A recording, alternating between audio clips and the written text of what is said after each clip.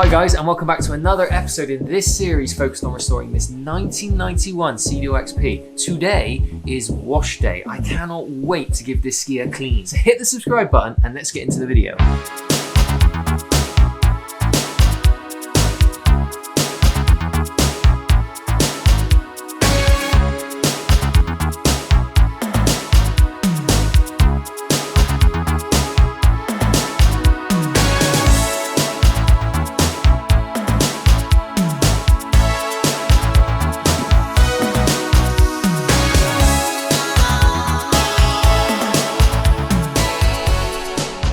So we're back again with a nice rinse montage. Now anyone who likes watching the videos on this channel, you'll know that I've got a bit of a thing for montages. It works so well with an 80s backing track, but in essence I start every sort of deep clean, so really just trying to loosen anything up. Now for any eagle-eyed viewers, you'll know that I love narrative in my videos, but I actually, schoolboy error, filmed the next piece to camera before I'd actually rinsed the ski, but in order of appearance, if that makes sense, the rinsing came before. So the ski didn't magically dry, it's just the fact that I filmed these clips prior to it, but I wanted to keep things in the correct order. So typically I would start the process with rinsing, guys. I don't go straight into soaping the ski up. So once I thoroughly soaked all of the ski, I'm going to move on to soaping up the ski with a detergent. This will help really loosen up all of the dirt, grease, and this is years of grime. Now I always use a gel coat specific wash and wax. Now that's just because I want to try and protect the gel coat as much as I can. Online, there's mixed opinions on whether gel coat specific washes actually make a difference to conventional detergents.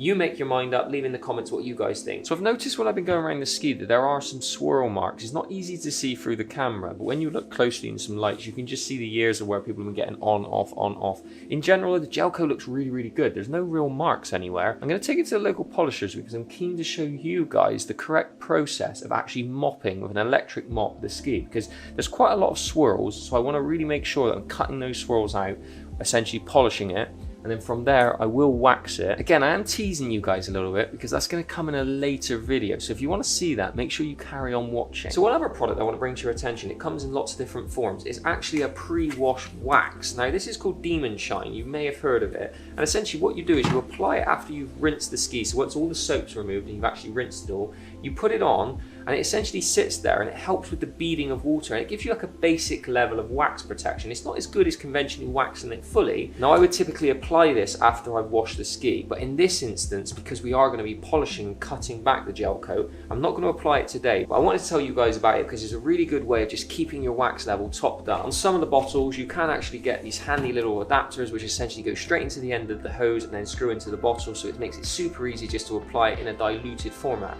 You can put this on neat, but for the purpose of longevity I typically use it in a diluted format because it still has a very good effect. So let's start soaping the ski.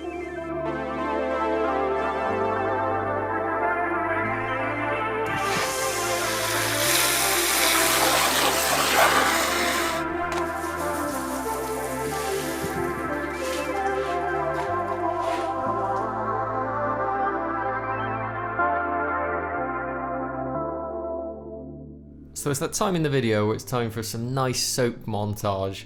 I can't help it, guys. I just love making these videos which really documents the process. Of course, some of these aspects have been sped up or amplified, but showing you guys the narrative of what I go through when I'm actually washing this ski, that's kind of the content that I always really wanted to see on YouTube. I know there's obviously great detailers out there on YouTube, but for me, these old skis, I really just like seeing that up close personal, some of the details that you don't necessarily see on some of the riding footage. For me, I've always been so interested by the details of some of these earlier skis, so like the handlebar makeup, the way that they actually used to engineer these skis, albeit they're quite primitive. As time has gone on and we've seen these skis develop into absolutely incredible machines, when you look back at some of these older skis, it is quite satisfying to see the evolution of some of these components. So here I'm going around the ski and I'm using a combination of sort of the noodle, always a funny name, sponge to sort of give it a top level clean, and then from there the detailing brushes. Again, I'm using the different sizes. It's not a product ad, guys, but they are really, really effective at doing the job of getting into those small, hard to reach gaps, specifically places like vents, around the grab rail, places where dirt sort of settles in. And unless you've got these detailing brushes, you really will miss those opportunities to sort of get the 1 or 2% improvements on these skis. I think 90% of people probably wash their jet skis, or at least they should be, but I don't think many people at this stage are really detailing jet jet skis, if that makes sense. There's a huge industry to do with cars. Specifically in the US, I follow some really cool detailing channels, but in terms of jet skis, specifically classic jet skis, I don't really think there is much content. So here guys, I'm really just test bedding content around the actual cleaning and detailing of these skis, because I feel like a lot of content's been made around, you know, what can be done mechanically with these skis at this point. But I think what really makes classics, whether it be cars or jet skis, you know, anything that's kind of 20 to 30 years old, is really the attention to detail, I truly believe, with how you keep these skis looking absolutely pristine. A lot of people say to me, wow Joe, your skis are so clean, or they look pristine. And in all honesty, with some of these skis, yes, I find great examples and I take the time to find great skis, but what really sets these skis apart, guys, is I take them home and I spend 2 to 3 hours actually, you know, really cleaning all of the details that most people, to be brutally honest, are either too lazy or don't have the time to clean themselves. And that's what 90% of the time just takes these skis up to a level which makes them look showroom basically. Now there will be aspects of a jet ski which I'll come on to explain later in the video, such as the footwells, which you are going to need to put specific time aside. There will be a video coming later in this series which focuses on that, but I talk more about that later in this video. Now once I've gone around all of the ski, the exterior if you like, I'll then work my way into sort of the internal compartment, so the front cowling, I'll lift that up and I'll get into all of the nooks and crannies, all of the bolts, all of the areas which probably have dirt that's sat in there from where people have not cleaned those areas. In all honesty, I take a lot of time making sure that I'm rinsing as I'm going. I've spoke about this a little bit in my Wave Raider wash video, so I won't cover it in too much detail in this video, but in essence I work in panels, so I'm cleaning as I go, washing the dirt away. You guys drop in the comments because I'm interested to know what level of detail you like to see in these videos. I'm really testing this content out at the moment. I get lots of great messages. Thank you for everyone who's interacting with the content. Some people love the long format content where I'm really showing you every intricacy, but I am trying to find that sweet spot, so you guys tell me what bits you love to see and I'll look to home in the video so I really nail that content. I just wanted to take 2 seconds as well to say thank you to everyone who subscribed this far. It really doesn't go unnoticed. Everyone is enjoying the content and it's allowing me to basically take my passion and turn it into content that hopefully one day will keep these classics alive. I know it's a bit of a cliched sentiment, but really I am on a mission to keep these classics alive, and I really do feel that's through education to specifically my demographic. I'm 28 years of age and I don't think most people my age actually even know what a 1991 XP is. I have the privilege and benefit that my dad brought me up on these fantastic machines, so I have the context of them, but I do truly believe with a bit more exposure people will see two strokes and the playful nature of them and what they have to offer. I don't think we're ever going to bring two strokes back fully, but if we can keep them going, you know, into the foreseeable future, that for me will be a successful mission done. So to anyone new that's watching this video for the first time, hit the subscribe button guys, because it will hopefully in the long run allow me to work with other YouTubers, brands and collaborations so that I can keep bringing this content to you, keep buying new jet skis and really just bringing the exposure that, I don't know about you, but I really want to see on my screen for the foreseeable future.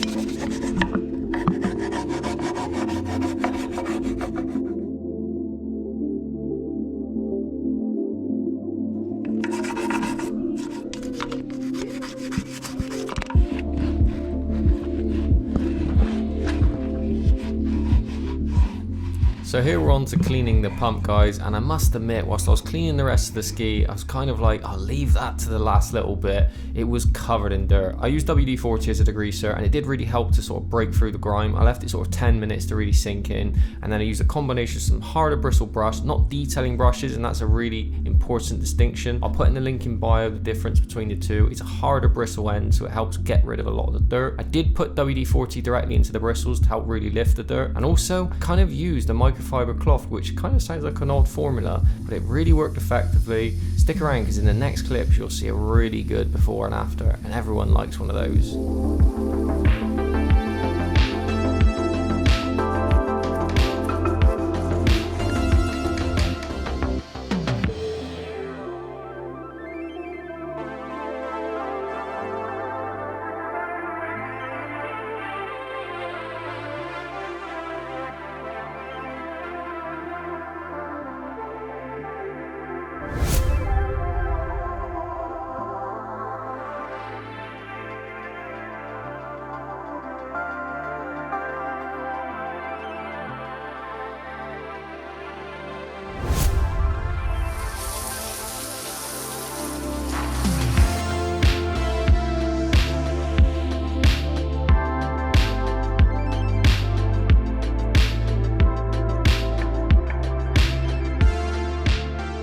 So any eagle-eyed viewers will notice that with the pump, I'm incredibly happy with how clean it came up, but I am going to probably disassemble it because some of the components actually need resprayed. That's going to be a bit of a fun one trying to do a color mat, but it will give me an opportunity to actually check everything mechanically is all good.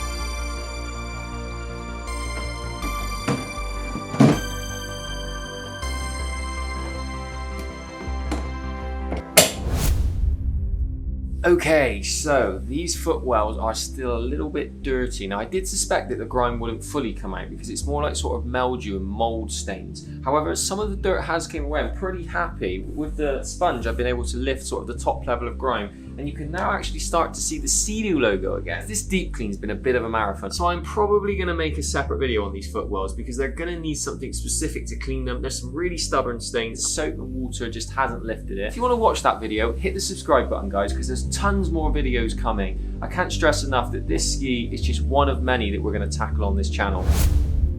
So the trader, I've not given it too much attention yet, the poor thing. However, I am going to give it some TLC, but that will be a separate video where I'm going to lift the jet ski off. Hopefully it's not too heavy. And I'm going to go take it to the powder coaters where it's going to get acid dipped to remove all of the Amorite paint that's on there, strip it back to actual metal. And then we're going to get it powder coated, which will be an exciting process. Give it a little bit of a clean, but not too much. I've scrubbed some of the wheel arches and some of the wheels and stuff to get rid of some of the grime because everywhere you touched was quite dirty. So at least now when I touch it and move it around, I'm not going to get oil all over my hands.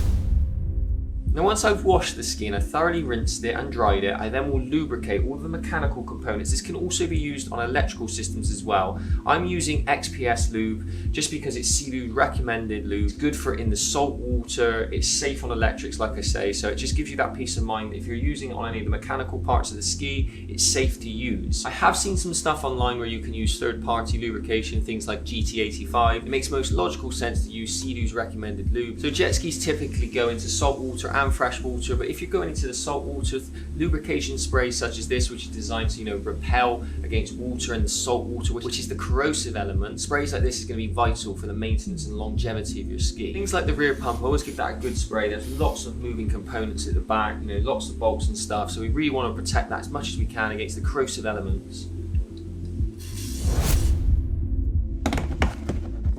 So the engine bay I'm not actually tackling today, and it's not because I'm being lazy, it's because it's not actually that bad. I will come in here and give it a little bit of a tidy up, but with that said, there's not an awful lot to do. It's mainly sort of right down by the bottom of the hole, which always sort of gets a little bit greasy and dirty, so we'll get a clean on and down there. Around sort of like the battery box, there's a little bit of dirt and stuff, but generally really, really impressive. There is this Bombardier cover plate, which looks a little bit perished, so I'm going to try and rub that back with a very fine wet and dry sandpaper. Even the yellow engine block looks brand new. So an integral part of the washing process is obviously flushing the ski, especially if you've been riding in salt water, because salt is so corrosive. Obviously today we're doing just a cleaning video, so mainly cosmetic stuff. But with that said, I'm going to give it a quick flush through just to remove any debris that's maybe in the pump. It's been sat for a little while, so it's good to just clean it through. So interestingly, on this 91, the flush kit is actually attached inside the engine bay, which is completely different to my 03 DI, where it's at the rear of the pump. On the newer skis, I think that was much more common. So this is the adaptation kit. Now a top tip that I have, now this may seem a little bit odd, is I spent a lot of time looking for an adapter that actually has a nice click. Now for any of you guys who flush your ski regularly, you'll know what I mean. You want that tactile feedback, that when you connect it, you actually know the water is connected. So with this, I know I get that really good connection and click. Now I always keep this one in my kit bag, so I know that whatever hose pipe I'm connecting to, I always know I'm getting the correct fit. If you guys want to know more about flushing your ski, check this video out here where I flush my DI, and I also do a much more detailed version of this flushing. But for today, we're just going to give it a quick flush.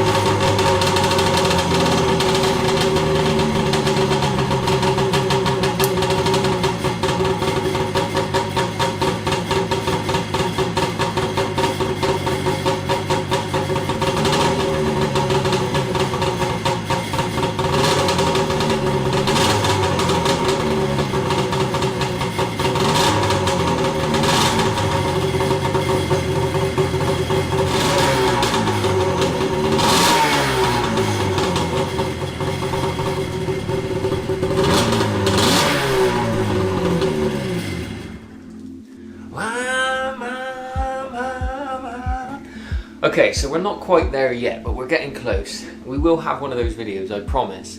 So that's the deep clean done, and the ski is looking so much better, honestly. So much of the grime's been removed. Those detail brushes were huge for just getting out all of the grime, especially on the front grille. I don't know how I would have got in there without them. But with that said, we still have lots to do, so if you want to see what's next, you just have to stay tuned, guys. So the Footwells are going to be next, so tune in for the next video. But also, this channel is dedicated to these classic skis, so this is just one of many. I've got a bucket list of these skis, so if you love classic skis, then this is the channel for you. I've also got lots of content on my XP DI 2003, which is my childhood dream ski. So if you haven't watched those videos yet, head over and watch that series, where you'll find videos like my first ever ride on my dream childhood ski. So there's some pretty cool videos on this channel, so please go give them a watch. What are you waiting for?